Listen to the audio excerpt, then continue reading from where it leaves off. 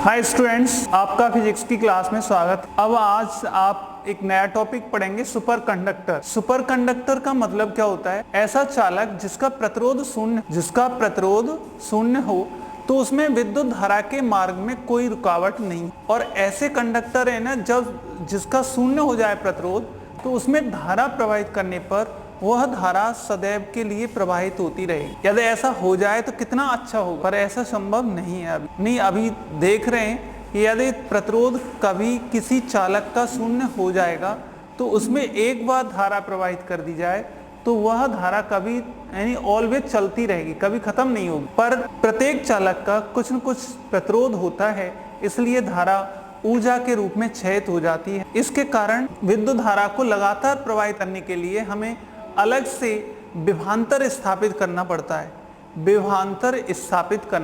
है। आप ध्यान से देखिएगा कि ये सुपर कंडक्टर है। इसका मतलब है ऐसे चालक जिनमें प्रतिरोध का मान शून्य हो जाए तो उनमें वे अति चालक बन जाते, उनमें विद्युत धारा के मार्ग में कोई रुकावट नहीं होती और विद्युत ऊर्जा का क्षय नहीं होता। जिन चालकों में विद्युत ऊर्जा का क्षय शून्य हो वे सुपर कंडक्टर होते हैं। वैसे अभी तक कोई भी सुपर कंडक्टर नहीं है, लेकिन फिर भी जैसे पारा है, पारे का टेम्परेचर हम घटाते 4.2 केल्विन कर दें, 4.2 केल्विन तक ले जाएं तो वह सुपर कंडक्टर बन जाता है। पारे को 4.2 ताप तक ले जाएं तो वो सुपर कंडक्टर बन जाता है। सुपर कंडक्टर का मतलब फिर दोबारा सुन लो, एक छोटी सी ये परिभाषा है। अति चालक वे पदार्थ होते हैं जिनका प्रतिरोध शून्य होता है। प्रतिरोध शून्य होने के कारण उनमें धारा के मार्ग में कोई रुकावट नहीं होती, वे अति चालक कहलाते हैं। ऐसे पदार्थ या चालक अति चालक कहलाते हैं। इनमें क्या होता है कि विद्युत धारा का प्रवाह करेंगे, पर हाँ, इनमें चुंबकीय क्षेत्र का मान शून्य हो जाता है। जब पदार्थ सुपर कंडक्टर बन जाता है तो चुंबकीय क्षेत्र का मान कितना हो जाता है? शून्य हो जाता है। इसे मेजनर प्रभाव कहते हैं। मेजनर प्रभाव, मेजनर इफेक्ट होता है। अब देखो दूसरा है, इसमें एक और चीज थी मेजनर प्रभाव में, यानी सुपर कंडक्टर। इनका उपयोग क्या है? इनका उपयोग है उच्च चुंबकीय क्षेत्र में, यानी उच्च चुंबकीय क्षेत्र के लिए विद्युत चुम्बक प्राप्त करना। उच्च विद्युत क्षेत्र के लिए चुंबकीय क्षेत्र के लिए विद्युत चुम्बक प्राप्त करना इनका उपयोग है। इनके द्वारा हम चुंबकीय क्षेत्र को क्या करते हैं? उच्च करके विद्युत चुम्बक प्राप्त करते हैं। इनका उपयोग जैसे कंप्यूटर में हार्ड डिस्क बनाने में, सुपर कंप्यूटर बनाने में इनका उपयोग किया जाता है, यानी हार्ड डिस्क बनाने में इनका उपयोग किया जाता है। बेटा ये सरल सा था, आपको इसका एक छोटी सी परिभाषा देनी होती है। आपसे पूछा जाए सुपर कंडक्टर किसे कहते हैं, तो आपको बताना है सुपर कंडक्टर यानी वे चालक या वस्तु जिनका प्रतिरोध शून्य होता है उन्हें सुपर कंडक्टर कहते हैं। अब आप बताएंगे सुपर कंडक्टर बनाने के लिए उसके ताप को कम किया जाता है। किसको कम किया जाता है? ताप को। ताप घटाते जाते हैं तो प्रतिरोध का मान भी घटता जाता है। जैसे जैसे ताप घटाएंगे प्रतिरोध का मान घटता जाएगा, और जब ताप 10 केल्विन से 0 केल्विन तक हो जाता है, 10 केल्विन से 0 केल्विन के बीच में होता है, तो बहुत से पदार्थ सुपर कंडक्टर बन जाते हैं। उनका प्रतिरोध शून्य हो जाता है, उनमें विद्युत धारा के मार्ग में कोई रुकावट नहीं होती। यानी एक विशेष ताप पर जैसे पारा है 4.2 केल्विन पर सुपर कंडक्टर बन जाता है। ऐसे अनेक पदार्थ होंगे जो सुपर कंडक्टर बन जाते हैं। अब इसके बाद मैं आपको जो पढ़ा रहा हूँ उसको समझिएगा। इसका उपयोग क्या है? सुपर कंप्यूटर बनाने में और औषधीय गुणों की पहचान करने के लिए भी इसका उपयोग किया जाता है। बेटा इसमें आगे का आपका एक टॉपिक है सेल एक ऐसी युक्ति है जो रासायनिक ऊर्जा को विद्युत ऊर्जा में बदलती है। सेल एक ऐसी युक्ति है जो रासायनिक ऊर्जा को विद्युत ऊर्जा में बदलती है। सेल में एक पात्र होता है, सेल क्या होता है, एक पात्र होता है और इस पात्र में दो छड़ें होती हैं। एक छड़ ये दोनों छड़ें इलेक्ट्रोड्स कहलाती हैं, इलेक्ट्रोड कहलाती हैं। एक छड़ धन विभव पर होती है और एक क्षण ऋण विभव पर होती है, पर वो कैसे होती है वो सब कुछ मैं आपको बताऊंगा। दोबारा से सुनो। सेल एक ऐसी युक्ति है जो रासायनिक ऊर्जा को विद्युत ऊर्जा में बदलती है। फिर बताएंगे। सेल एक पात्र होता है और इस पात्र में दो इलेक्ट्रोड होते हैं। कितने इलेक्ट्रोड होते हैं? दो इलेक्ट्रोड होते हैं। एक इलेक्ट्रोड धन विभव पर होता है, दूसरा इलेक्ट्रोड ऋण विभव पर होता है। इस पात्र में एक घोल भर देते हैं। क्या भर देते हैं? एक घोल भर देते हैं और घोल भरने के बाद उसमें दोनों इलेक्ट्रोड लगा दिए जाते हैं। उस घोल में दोनों इलेक्ट्रोड डाल दिए जाते हैं। घोल में ऐसी रासायनिक क्रिया होती है, एक इलेक्ट्रोड पर ऋण आयन पहुंच जाते हैं और दूसरे इलेक्ट्रोड पर धन आयन पहुंच जाते हैं। एक इलेक्ट्रोड पर ऋण आयन पहुंच जाते हैं, दूसरे इलेक्ट्रोड पर धन आयन पहुंच जाते हैं। एक पात्र होता है। दोबारा से सुन लो अब एक बार फिर। सेल एक पात्र होता है और इस पात्र में दो इलेक्ट्रोड होते हैं। एक इलेक्ट्रोड ऋण विभव पर होता है, दूसरा इलेक्ट्रोड धन विभव पर होता है। अब जो इलेक्ट्रोड धन विभव पर होता है उसे एनोड कहते हैं, एनोड, धनोद कहते हैं। दूसरा इलेक्ट्रोड ऋण विभव पर होता है जिसे कैथोड कहते हैं। क्या कहते हैं हम? कैथोड। सेल में जो एक इलेक्ट्रोलाइट से यानी विद्युत अपघट्य भरा जाता है, जैसे विद्युत अपघट्य उसमें भरते हैं तो विद्युत अपघट्य में ऐसी रासायनिक क्रिया होती है कि एक इलेक्ट्रोड पर तो ऋण आयन पहुंच जाते हैं, वो ऋण विभव पर हो जाता है, उसे हम कैथोड कहते हैं। दूसरे इलेक्ट्रोड पर धन आयन पहुंच जाते हैं। कौन से आयन पहुंच जाते हैं? धन आयन पहुंच जाते हैं। वो कैथोड एनोड कहलाता है। धन आयन जो पहुंचते हैं वो धन विभव पर होता है, उसे हम एनोड कहते हैं। बताओ बेटा कितने इलेक्ट्रोड कितने होते हैं? दो। एक कैथोड और एक एनोड। इलेक्ट्रोड कितने होते हैं? दो। सेल में इलेक्ट्रोड होते हैं, एक धनोद होता है, एक ऋणोद होता है। धनोद को एनोड कहते हैं और ऋणोद को कैथोड कहते हैं। बताओ बेटा आया समझ में? मेरे हिसाब से आया होगा। सेल में देखो एक बार एक चित्र बना के आपको बता रहा हूं बेटा। ये एक पात्र है, ये एक पात्र है और इस पात्र में दो इलेक्ट्रोड हैं। एक इलेक्ट्रोड ये डाल दिया, दूसरा इलेक्ट्रोड ये डाल दिया। दो छड़ें डाल दी हमने। ये दो छड़ें, एक छड़ी, इसमें कोई इलेक्ट्रोलाइट्स भर दिया। इलेक्ट्रोलाइट्स जैसे अमोनियम क्लोराइड, लेक्लांसी सेल जो होता है उसमें अमोनियम क्लोराइड होता है। कौन सा सेल? लेक्लांसी सेल होता है, उसमें अमोनियम क्लोराइड भरा होता है। उसमें एक कार्बन की छड़ होती है, कार्बन की छड़ होती है और दूसरा उसमें जिंक की छड़ होती है। कार्बन की छड़ होती है, एक पे जिंक की छड़ होती है। तो जो कार्बन की छड़ होती है उस पर इस इलेक्ट्रोलाइट में इस तरह से आयन होते हैं। ये इस पर धन आयन चिपक जाते हैं और इस पर ऋण आयन चिपक जाते हैं। जो ये कार्बन रॉड है और इस कार्बन रॉड पर धन आयन चिपकने के कारण ये धन विभव पर पहुंच जाती है और ये ऋण आयन होने के कारण ये ऋण विभव पर। जब इस सेल को हम किसी परपथ से जोड़ देते हैं तो परपथ के सिरों के बीच विभवांतर स्थापित हो जाता है। जब इस सेल को किसी परपथ से जोड़ देते हैं तो परपथ के सिरों के बीच विभवांतर स्थापित हो जाता है। उस विभवांतर के कारण इलेक्ट्रॉन, उसमें इलेक्ट्रॉन कौन से ऋण विभव वाले सिरे से धन विभव वाले सिरे की ओर गति करने लगते हैं। कौन से बताओ? इलेक्ट्रॉन धन विभव वाले सिरे से ऋण विभव वाले सिरे की ओर गति करने लगते हैं और जिससे परपथ में धारा बहने लगती है। क्या बहने लगती है? धारा। धारा सदैव इलेक्ट्रॉन के विपरीत दिशा में बहती है, इसलिए परपथ में धन सिरे से ऋण सिरे की ओर धारा बहने लगती है। कौन से सिरे से? धन सिरे से ऋण सिरे की ओर धारा बहने लगती है बेटा। अब परपथ जोड़ा तब। अब आप सोच रहे होंगे तो धारा इसमें किधर से किधर बह रही होगी?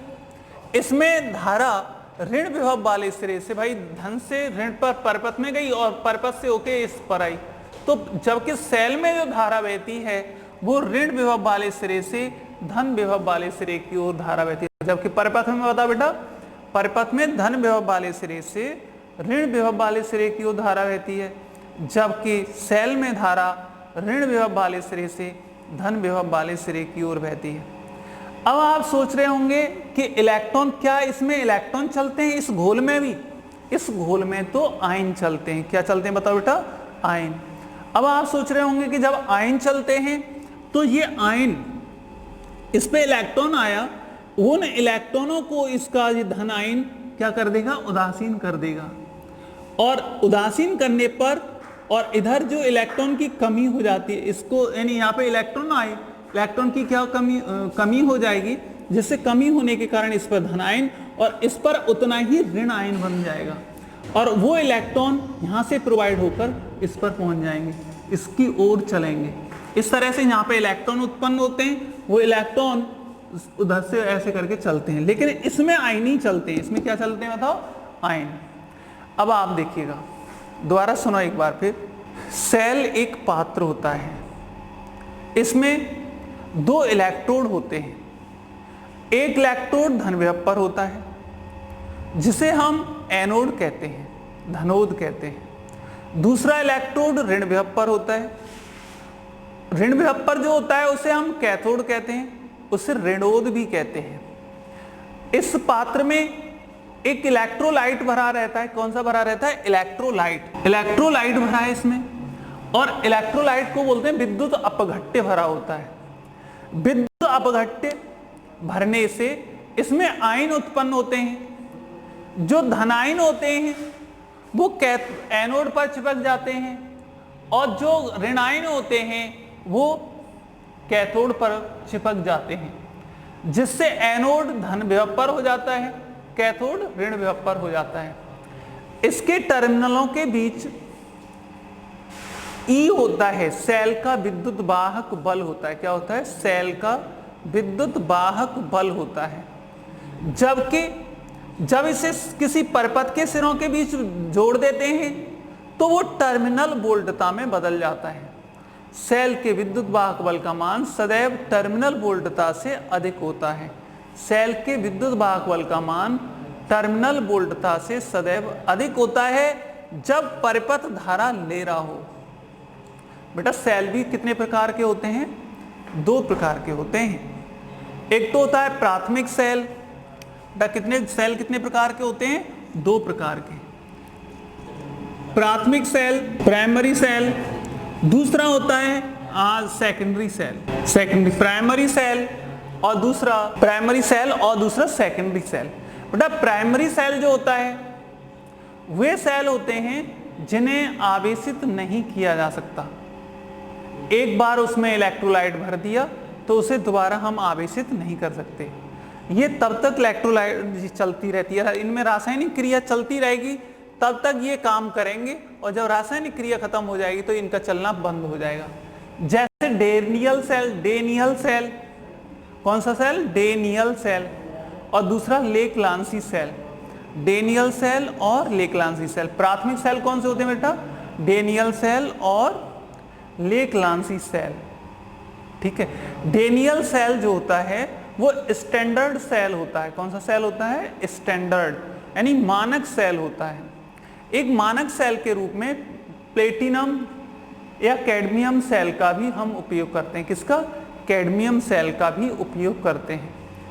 अब देखो बेटा इसमें ये प्राइमरी सेल हो गए, यानी ये प्राइमरी सेल के उदाहरण कौन कौन से बताए मैंने आपको? डेनियल सेल और लेकलांसी सेल। ये सेकेंडरी सेल कौन से होते हैं?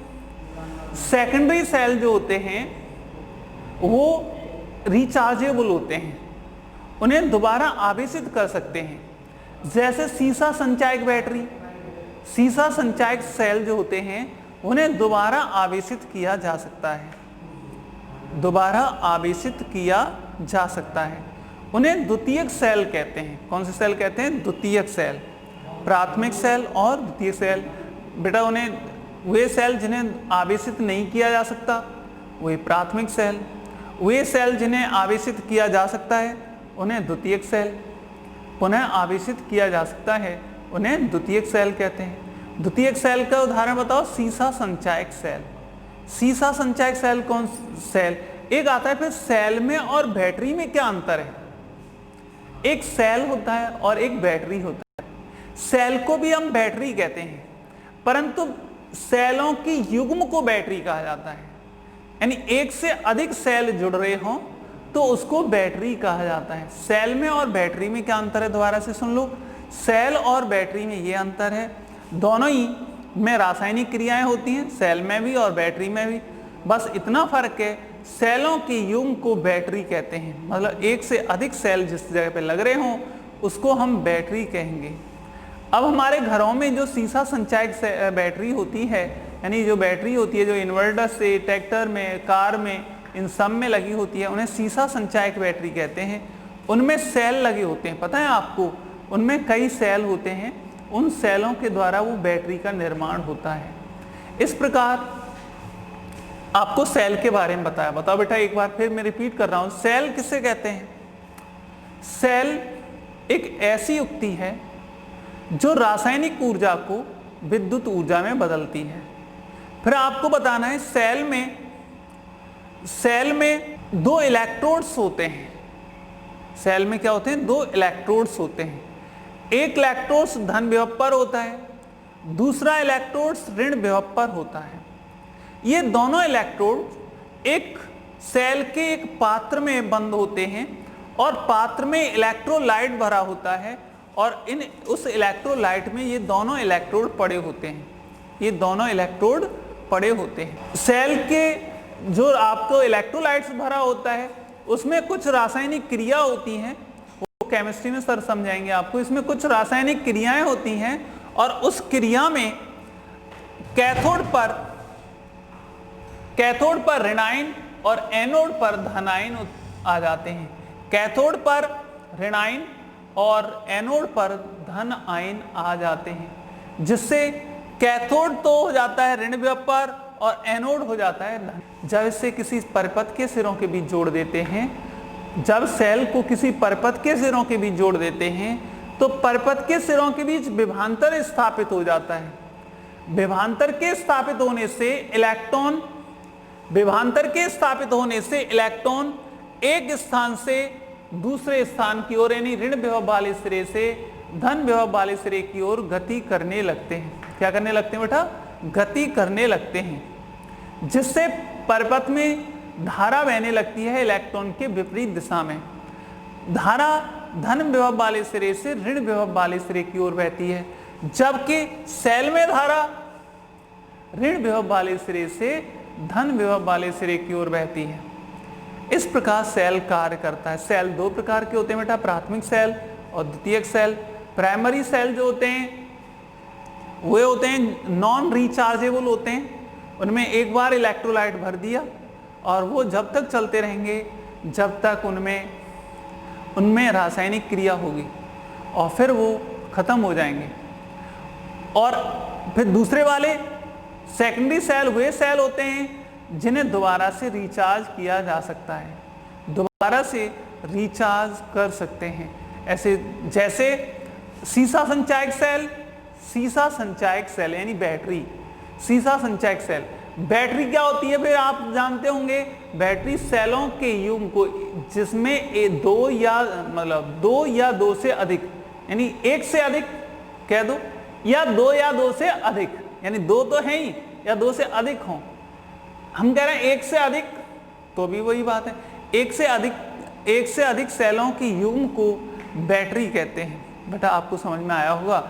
अब मैं आपको सेल का आंतरिक प्रतिरोध बता रहा हूं। क्या बता रहा हूं? सेल का आंतरिक प्रतिरोध। सेल का इंटरनल रेजिस्टेंस ऑफ सेल। बेटा इसको ध्यान से देखिएगा, internal resistance of the cell कहेंगे। इंटरनल रेजिस्टेंस क्या होता है? आंतरिक प्रतिरोध। क्या है? आंतरिक प्रतिरोध। बेटा प्रतिरोध का मतलब क्या है? ऐसी युक्तियां जो धारा के मार्ग में रुकावट डालती हैं, ऐसी युक्तियां जो धारा के मार्ग में रुकावट डालती हैं उन्हें प्रतिरोधक कहते हैं। यानी हमने धारा के मार्ग में रुकावट डालने के लिए कुछ युक्तियां लगा दी। और धारा के मार्ग में तारों में रुकावट कौन डालते हैं? धनायन परमाणु ये धारा के मार्ग में रुकावट डालते हैं। तो सेल में क्या फिर धारा के मार्ग में रुकावट डालेंगे? यानी आयनों के मार्ग में रुकावट जो इलेक्ट्रोलाइट भरा है उसके परमाणु डालते हैं। क्या डालते हैं? परमाणु यानी विद्युत धारा के मार्ग में आयन रुकावट डालते हैं। बताओ कैसे बताएंगे? सेल में एक विद्युत अपघट्य भरा होता है, जो विद्युत अपघट्य धारा के मार्ग में रुकावट डालता है। विद्युत अपघट्य धारा के मार्ग में रुकावट डालता है।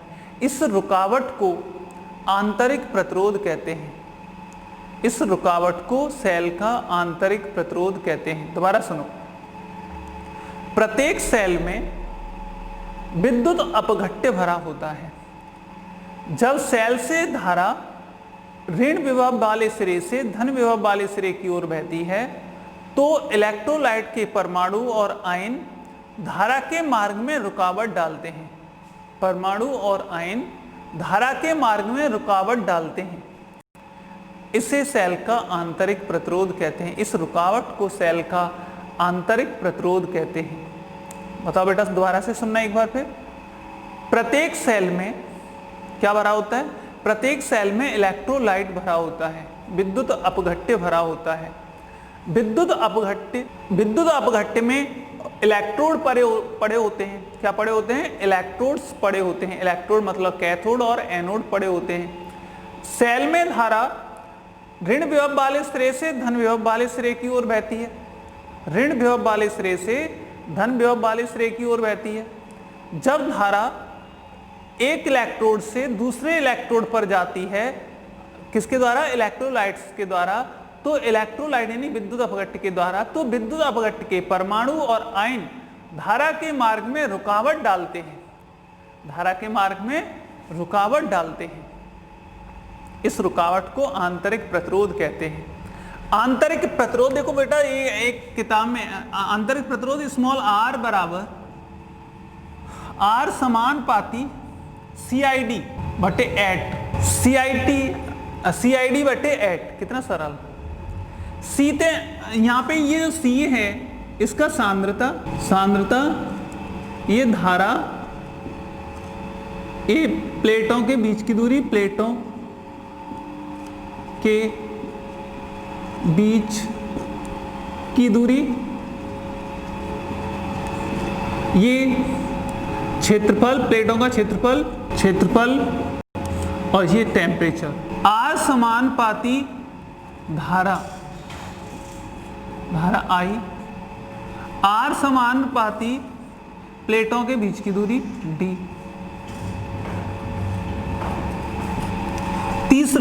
चौथा R समानुपाती A और R समानुपाती नहीं, व्युत्क्रमानुपाती 1/A और R समानुपाती 1/T।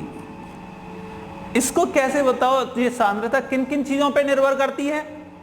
सांद्रता 5 चीजों पे निर्भर करती है। सांद्रता नहीं, सॉरी, आंतरिक प्रतिरोध। आंतरिक प्रतिरोध कितनी चीजों पे निर्भर करता है? 5 चीजों पर। R समानुपाती सांद्रता यानी जो इलेक्ट्रोलाइट भरा होता है उसकी सांद्रता के समानुपाती होता है। अब ध्यान रखो, यदि वो गाढ़ा द्रव भरा है उसमें तो सांद्रता ज्यादा होगी, और सांद्रता ज्यादा होगी तो उसका आंतरिक प्रतिरोध अधिक होगा। पतला होगा तो आंतरिक प्रतिरोध कम होगा। सांद्रता का मतलब यहाँ पे गाढ़े और पतले से मतलब है। जो इलेक्ट्रोलाइट भरा है वो गाढ़ा।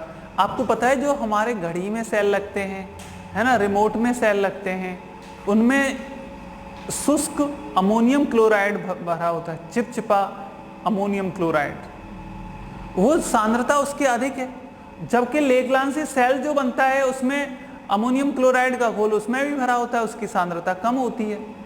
तो इस तरह से ये जो सेल हैं उनमें उनकी सांद्रता, जो प्रतिरोध है आंतरिक प्रतिरोध सांद्रता के समानुपाती होता है, और उसमें बहने वाली धारा के भी समानुपाती होता है। बेटा नेक्स्ट, इसमें जो प्लेटों के बीच की दूरी ज्यादा है तो प्रतिरोध ज्यादा होगा। मतलब प्लेट है ना दूर दूर है, प्लेट दूर दूर होंगी तो बताओ घोल ज्यादा हो गया और धारा जा रही है तो ज्यादा परमाणु से। यदि प्लेट ऐसे पास पास होंगी तो परमाणु एक मतलब जो धारा है एक प्लेट से दूसरी प्लेट पर जल्दी पहुंच जाएगी, तो कम कम उसमें चलेगी ना, किसमें, इलेक्ट्रोलाइट, मतलब कम अपघट्य में चलेगी। कम अपघट्य में चलेगी तो धारा के मार्ग में कम रुकावट होगी। तो इसका मतलब दूरी डी का मान ज्यादा है तो इसका मान ज्यादा होगा, इलेक्ट्रोलाइट ज्यादा पड़ेगा। और यदि दूरी का मान कम है तो विद्युत अपघट्य यानी आंतरिक प्रतिरोध का मान कम होगा। ऐसे बेटा नेक्स्ट, यदि प्लेटें चौड़ी हैं, प्लेटें चौड़ी हैं यानी प्लेटों का क्षेत्रफल ज्यादा है तो प्रतिरोध का मान कम होगा। और यदि प्लेटों का क्षेत्रफल कैसा है, कम है, तो इसका मान ज्यादा होगा। इसका मतलब प्लेटें ज्यादा, हम तुम्हें पता पड़ा होगा कि बैटरी जो लेते हैं उसमें चौड़ी प्लेट क्यों लेते हैं। यदि छोटी प्लेट लेंगे तो उसका प्रतिरोध कम होगा, बिजली जल्दी खर्च हो जाएगी। जिसमें जितनी चौड़ी प्लेटें होंगी उसका आंतरिक प्रतिरोध उतना ही कम होगा और वो बैटरी ज़्यादा देर तक, यानी आंतरिक प्रतिरोध कम होगा, बैटरी ज़्यादा देर तक चलेगी, विद्युत धारा अधिक देगी। टी ताप यानी ताप बढ़ेगा तो प्रतिरोध घटेगा सेल का, और ताप घटेगा तो प्रतिरोध बढ़ेगा। ताप घटेगा तो प्रतिरोध बढ़ेगा, और ताप बढ़ेगा घटेगा तो प्रतिरोध का मान, देखो ताप बढ़े तो ये घटेगा, ताप घटे तो इसका मान बढ़ेगा, इसका मान बढ़े तो इसका मान घटेगा। एक बढ़ेगा दूसरे का घटेगा, और एक घटेगा दूसरे का बढ़ेगा। इस तरह से आपको बोलना चाहिए। बताओ बेटा क्या रहा इसमें, आंतरिक प्रतिरोध किसे कहते हैं। दोबारा से, प्रत्येक सेल में इलेक्ट्रोलाइट भरा होता है, विद्युत अपघट्य बड़ा होता है।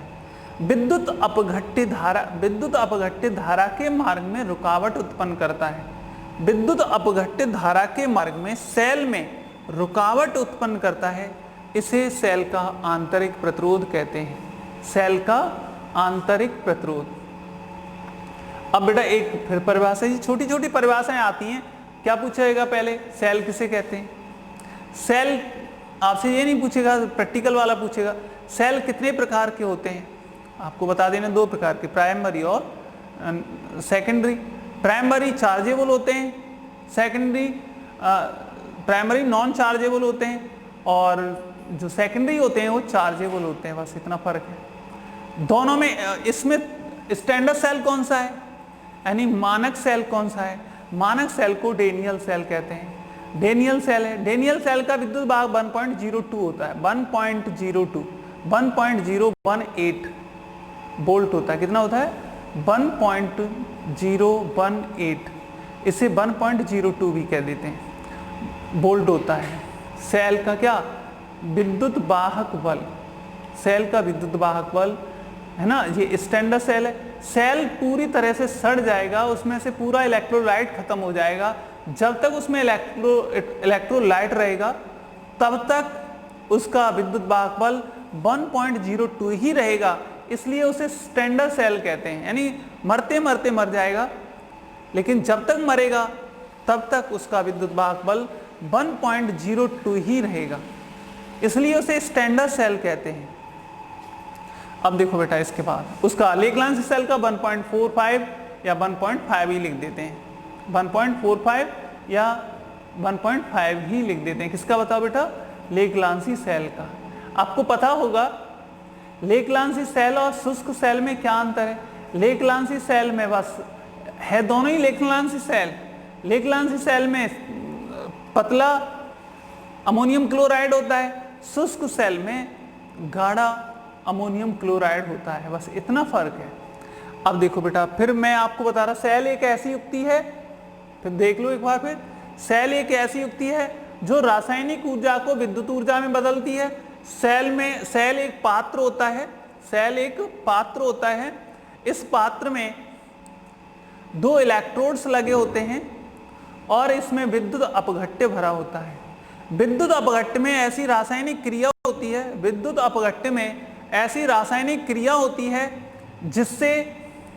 जिससे एक इलेक्ट्रोड पर ऋण आयन इकट्ठे होने लगते हैं, दूसरे इलेक्ट्रोड पर धन आयन इकट्ठे होने लगते हैं। जिस इलेक्ट्रोड पर ऋण आयन इकट्ठे होते हैं वो ऋण विभव पर हो जाता है, इसे कैथोड कहते हैं। जिस इलेक्ट्रोड पर धन आयन इकट्ठे होते हैं वो धन विभव पर हो जाता है, उसे एनोड कहते हैं। उसे क्या कहते हैं? एनोड कहते हैं। इस प्रकार क्या उत्पन्न हो जाता है? विद्युत वाहक बल उत्पन्न हो जाता है। वो आगे बताएंगे विद्युत वाहक बल, अब आगे वाला टॉपिक है इसलिए अभी से आने लग गया है। फिर आपको बताना है सेल को किसी परपथ के सिरों के बीच जोड़ देते हैं तो परपथ में धारा धन विभव वाले सिरे से ऋण विभव वाले सिरे की ओर बहती है, जबकि सेल में धारा ऋण विभव वाले सिरे से धन विभव वाले सिरे की ओर बहती है। फिर बेटा इसमें मैंने आपको बताया सेल का आंतरिक प्रतिरोध किसे कहते हैं? सेल में इलेक्ट्रोलाइट भरा होता है। सेल में क्या भरा होता है? इलेक्ट्रोलाइट यानी विद्युत अपघट्य भरा होता है। विद्युत अपघट्य में धारा यानी सेल में धारा ऋण विभव वाले सिरे से धन विभव वाले सिरे की ओर बहती है, तो धारा के मार्ग में विद्युत अपघट्य के परमाणु या आयन, परमाणु तथा आयन धारा के मार्ग में रुकावट डालते हैं। इसे आंतरिक प्रतिरोध कहते हैं। सेल का आंतरिक प्रतिरोध 5 तथ्यों पर निर्भर करता है। R समानुपाती CID/8। C से मतलब सांद्रता, I से मतलब धारा, D से मतलब प्लेटों के बीच की दूरी, A से मतलब प्लेटों का क्षेत्रफल, T से मतलब ताप। इस प्रकार इनका ताप, सांद्रता देखो ऊपर वाली चीज के तो समानुपाती, नीचे वाली चीज के व्युत्क्रमानुपाती होता है, ऐसे आपको बता देना है। फिर बेटा एक सेल का विद्युत वाहक बल है। क्या है बताओ? सेल का विद्युत वाहक बल। परिभाषाएं, छोटी छोटी परिभाषाएं देनी होती है, तो इतनी देर से मैं समझा रहा हूं आपको, इसमें ये होता है, इसमें ये होता है। विद्युत वाहक बल, ये फोर्स तो केवल कहा गया, विद्युत वाहक बल। विद्युत वाहक बल ये ऊर्जा, एकांक आवेश की ऊर्जा होती है। एकांक आवेश पर ऊर्जा है। एकांक आवेश को गतिमान करने के लिए क्या बेटा बताओ? ऊर्जा। इसे ऐसे ही बताओगे, जब किसी सेल, विद्युत वाहक बल क्या है? जब किसी सेल को किसी परपथ से जोड़ देते हैं, किससे जोड़ देते हैं? परपथ से। तो सेल में क्या होगा कि जो यानी सेल में रासायनिक क्रिया होगी, और रासायनिक क्रिया होने के कारण उस पर कौन सी प्लेट पर? कैथोड पर तो ऋण आयन और एनोड पर धन आयन बनते रहते हैं, आते रहते हैं। सेल में रासायनिक क्रिया होती रहती है और रासायनिक क्रिया के द्वारा धन आयन एनोड पर और ऋण आयन कैथोड पर पहुंचते रहते हैं, जिससे परपथ में धारा बहती रहती है। इसमें सेल द्वारा किया गया कार्य ऊर्जा के रूप में सेल द्वारा एक कार्य होता है। भाई जब रासायनिक क्रिया होती है उस पे आयन पहुंचते हैं, उस पे ऋण आयन, एक पे ऋण आयन पहुंचते हैं, एक पे धन आयन पहुंचते हैं। तो सेल में एकांक आवेश को सेल में या किसी परपथ में एकांक आवेश को प्रवाहित करने में सेल द्वारा किया गया कार्य ऊर्जा के रूप में संचित होता है, विद्युत ऊर्जा के रूप में संचित होता है। इस ऊर्जा को क्या कहते हैं? हम विद्युत वाहक बल कहते हैं। विद्युत वाहक बल, एकांक आवेश के लिए सेल की इस ऊर्जा को विद्युत वाहक बल कहते हैं। दोबारा से, जब किसी परपथ को सेल के सिरों के बीच जोड़ देते हैं, जब किसी परपथ को, जैसे ये परपथ है, सेल के सिरों के बीच जोड़ देते हैं, तो परपथ में धारा बहने लगती है। परपथ में धारा यानी आवेश प्रवाहित होने लगता है। क्या प्रवाहित होने लगता है? आवेश प्रवाहित होने लगता है। एकांक आवेश को प्रवाहित करने में, एकांक आवेश को सेल सहित परपथ में प्रवाहित करने में सेल द्वारा कार्य किया जाता है। यह कार्य ऊर्जा के रूप में संचित होता है। तब इस एकांक आवेश के लिए सेल की ऊर्जा को एकांक आवेश के लिए सेल की ऊर्जा को सेल का विद्युत वाहक बल कहते हैं। इसे एक सरल सी भाषा में ऐसे भी लिख सकते हैं, जब किसी सेल को किसी परपथ से जोड़ दें, जब किसी परपथ सेल को किसी परपथ से जोड़ दें तो परपथ में धारा बहने लगती है, तब सेल आवेश बहने लगता है और धारा बहने लगती है। आवेश एकांक आवेश को प्रवाहित करने, एकांक आवेश को किसी परपथ में सेल सहित प्रवाहित करने में, सेल सहित प्रवाहित करने में सेल द्वारा किए गए कार्य को, सेल द्वारा किए गए कार्य को या सेल द्वारा कार्य किया जाता है जो ऊर्जा के रूप में संचित होता है। इस ऊर्जा को सेल का विद्युत वाहक बल कहते हैं। या एकांक आवेश को सेल सहित परपथ में प्रवाहित करने में किए गए कार्य को सेल का विद्युत वाहक बल कहते हैं। एक बार फिर सुनोगे बेटा, जब किसी परपथ के सिरों के बीच कोई सेल जोड़ देते हैं तो परपथ में धारा बहने लगती है, परपथ में धारा बहने लगती है। एकांक आवेश को सेल सहित किसी परपथ में प्रवाहित करने में सेल द्वारा किए गए कार्य को सेल का क्या कहते हैं हम? विद्युत वाहक बल कहते हैं। सेल का विद्युत वाहक बल कहते हैं। इस प्रकार आप ये पूरा बताएंगे। आज के वीडियो में इतना ही है। अगले वीडियो में आपको दोबारा इसके आगे पढ़ाएंगे।